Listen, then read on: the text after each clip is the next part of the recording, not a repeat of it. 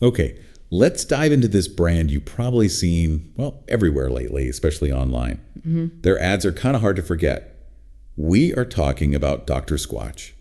Yeah, they've definitely carved out a very distinct space online. And you've brought a couple of specific things for us today to really get into this brand. We've got the Amazon page for their natural bar soap variety gift set. Right, the 5-pack. The 5-ounce 5-pack, yeah. And the Wikipedia entry for Dr. Squatch itself. Exactly. And the idea here, our mission, is really to go deep only using these two sources. Okay. I want to pull out the core story, where the brand came from, what's actually in the soap, how they market, what customers think. But just based on what these two pages tell us. Precisely, like looking at Dr. Squatch through just these two specific windows. Got it. So what do we learn about where they came from Wikipedia? Well, Wikipedia says Dr. Squatch started up in 2013 down in San Diego. Okay. Now based in LA. And it kicked off mainly with bar soap. Makes sense given our Amazon source. Right. But it notes they've branched out since then. Other stuff like toothpaste, deodorant. And the name Dr. Squatch. Uh-huh. That's actually from Sasquatch, Bigfoot. That's what it says, yeah. Based on the mythical creature, sort of gives you that immediate feel of, ruggedness, outdoorsy. Natural. Yeah, exactly. Which leads right into their whole brand thing, according to Wikipedia. Yeah. It says they market towards men, and the branding really leans heavily on this natural idea. Okay. Natural ingredients, these kind of unique nature-sounding names like Eucalyptus Greek Yogurt. Or Grapefruit IPA. I saw that one too. Yeah, names that definitely grab your attention and hammer home that natural vibe. So let's pivot from the brand idea to the actual product. That Amazon page for the natural bar soap variety gift set, what does it say is in this stuff? Okay, looking at the ingredients there. The base seems to be, saponified oils. That's just soap making. Right. Using sustainable palm, coconut, and olive oils.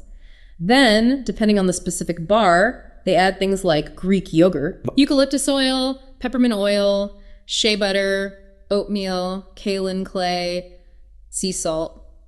Quite a list. And just scanning the different scents in that pack on Amazon, you see even more ingredients listed out. Oh, yeah. Clearly stuff for natural fragrance, like lemon essential oil. Others for texture, maybe. Pumice powder. Clays too, right? Alaskan glacier mineral clay. Yep, that's listed. Indigo powder for color, I guess. Even coconut shreds, coconut milk, coconut water in some. Wow. Plus plant extracts, natural colorants like annatto powder, chromium oxide green. It's pretty detailed on the page. And Amazon also highlights specific benefits claimed for some ingredients. It does. Like coconut oil is called soothing. Shea butter is nourishing, vitamins, fatty acids. Okay. Kaolin clay, that's a natural clay, is pitched as a gentle cleanser, absorbs oil, softens skin. And sea salt. That's listed as absorbing dirt and toxins. And interestingly, it also helps make the bars harder. Huh. Functional too. A really big selling point seems to be no harsh chemicals. Definitely. The Amazon page flat out says their products are 98 and 100% natural origin, avoiding harsh chemicals. And they call out the fragrances specifically. Yeah, saying they're naturally derived. They even take a shot at fragrances that remind you of a middle school locker room. Huh. Okay, that's a pretty direct comparison. It's a clear dig at the traditional stuff, really sets them apart. So this specific 5-pack on Amazon has Rainforest Rapids, Coconut Castaway, Fresh Falls, Summer Citrus, and that Eucalyptus Greek Yogurt. Right. But looking around the page, the reviews, they have a ton of sense, don't they? Absolutely. Woodsy ones like Pine Tar, Birchwood Breeze, more food-inspired ones like Wood Barrel Bourbon. Grapefruit IPA again? Yeah. It seems like offering a huge variety of scents is really core to what they do. Definitely feels that way. Okay, let's zoom out a bit. How did this brand actually build itself up? Wikipedia has some info on growth and marketing. It does. An early step Wikipedia mentions was a Kickstarter campaign way back in 2016. Okay, so crowdfunding early on. Yeah. And how they sell has changed too. Yeah, the entry notes that as of late 2021, they were mostly online, subscription-based. Right. I remember seeing those ads constantly. Yeah. But now it says you can find them in actual stores too. So moving into retail. That's a big step. It is, from direct to consumer to, broader availability. But maybe the thing they're most famous for is the marketing itself, isn't it? It's just out there. Undeniably, yeah. Wikipedia points to a few things. Targeting Gen Z on TikTok back in 2021, using offbeat humor. Right. And then the big one, the Super Bowl commercial in 2021. Wikipedia describes that one as featuring all white men doing manly things. Like opening a pickle jar.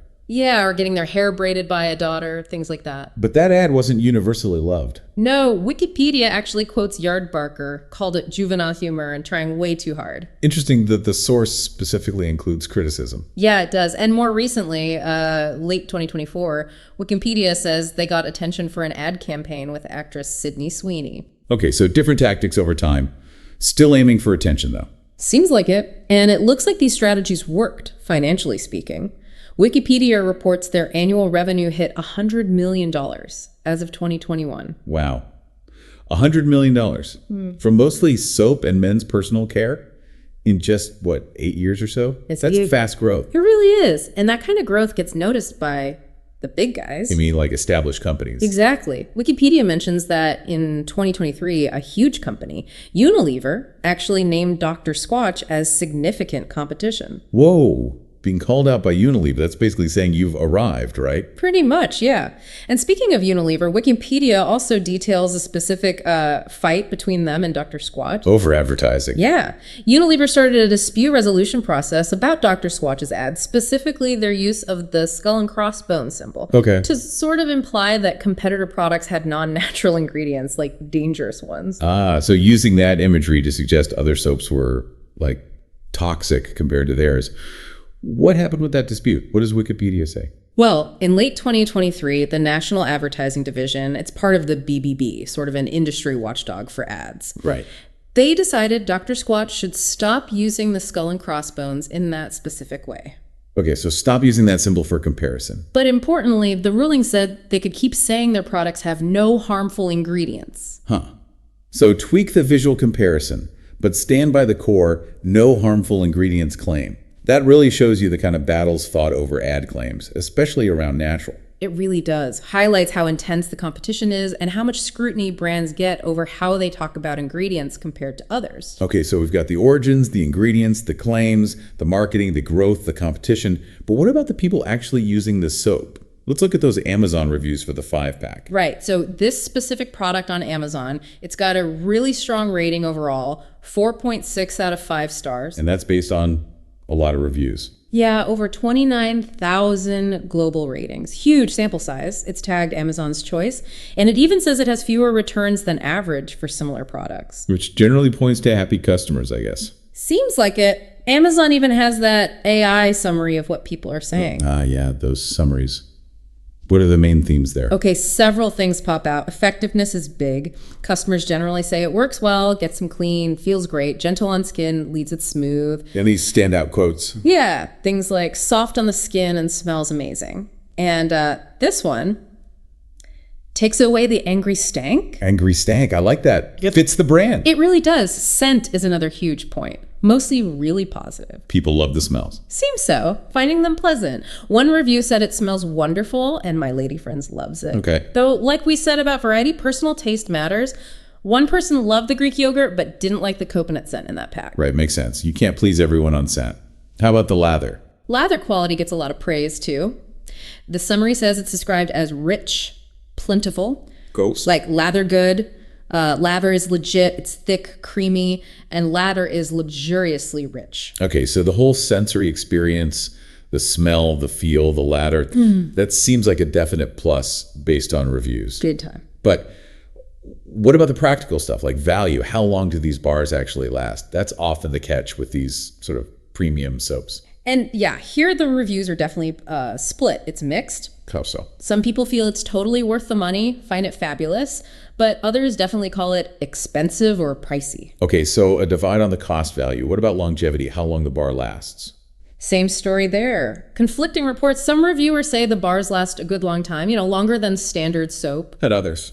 Others report they break apart or crumble or just wear down way faster than normal soaps. So you literally see both sides in the reviews. Lasts long and wears down fast. Exactly. You get worth the money right next to stuff is expensive. And bars also last longer versus wears down faster or doesn't last very long. It's clearly not a universal experience. There was one reviewer, Gio, who gave a really specific estimate, said his bars lasted about 2 weeks, with daily showering, scrubbing for maybe 2 minutes before breaking. Wow, 2 weeks. Yeah. That's pretty quick for a bar soap, especially if it's pricey. That detail really highlights the potential issue for some users. Yeah, it gives you a concrete sense of what wears down faster might mean for some. What about how it leaves your skin feeling, moisture-wise? Also kind of mixed, actually. Some say it cleans well without drying out your skin or, not leave my skin super dried out. Which sounds good. But others do report dryness, or they mention wishing it was a little more moisturizing. So even with all those natural ingredients like shea butter, it doesn't guarantee a super moisturizing feel for everybody based on these reviews. Seems not, yeah. The Amazon feedback sort of paints this picture. Product excels on the sensory stuff scent, feel, lather, getting you clean, right, but faces more divided opinions on the practical side. Value for money, and especially how long that bar actually sticks around. Considering the price people mentioned. Exactly. And a couple of other small notes from reviews. People seem to like giving it as a gift, gets a good reaction, and it apparently works well on BO. Okay, so effective deodorant soap too. Got it. Mm-hmm. All right, so we've walked through these two specific sources, piecing together this story of Dr. Squatch from its Sasquatch-inspired start and that real focus on natural ingredients. Right, and those unique scents. Through the very distinct, sometimes controversial marketing that fueled its rapid growth, catching the eye of giants like Unilever. And leading to disputes over ad claims. And finally landing on what customers are actually saying via those Amazon reviews. Yeah. Loving the scent and feel, but definitely mixed views on longevity and price. Yeah, it's a brand that's clearly built a strong niche, a unique identity, used targeted marketing, emphasized natural. And the customer feedback shows, well, while lots of people love using the soap itself, the practical side value, how long it lasts, those are real factors in how people see it. Absolutely. And that kind of leaves us with a final thought, something for you, the listener, to chew on based only on what we pulled from Wikipedia and that Amazon page. Yeah.